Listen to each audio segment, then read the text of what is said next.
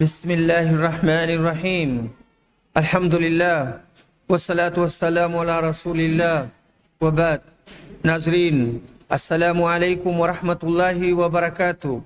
سورہ صف کی 10 آیت نمبر 10 سے 12 تک میں نے آپ کے سامنے ابھی تلاوت کی ہے۔ اس کا ترجمہ یہ ہے: اے ایمان والو، کیا میں تم کو بتاؤں ایک ایسی تجارت جو تم کو نجات دلائے دکھ دینے والے عذاب سے؟ وہ یہ کہ ایمان لاؤ اللہ پر اور اس کے رسول پر، اور جہاد کرو اللہ کی راہ میں اپنے مالوں اور اپنی جانوں سے۔ یہ تمہارے حق میں بہتر ہے اگر تم سمجھو۔ اگر تم نے یہ کام انجام دیے تو اللہ تعالیٰ تمہیں معاف کر دے گا تمہارے گناہ، اور داخل کرے گا تم کو ایسے باغوں میں جن کے نیچے نہریں بہتی ہوں گی، اور بہترین مکانات تم کو عطا کیے جائیں گے۔ جنات عدن میں یہ بڑی بھاری کامیابی ہے۔ حدیث نمبر 2786، ابو سعید خدری رضی اللہ عنہ روایت کرتے ہیں کہ عرض کیا گیا: اے اللہ کے رسول، کون شخص سب سے افضل ہے؟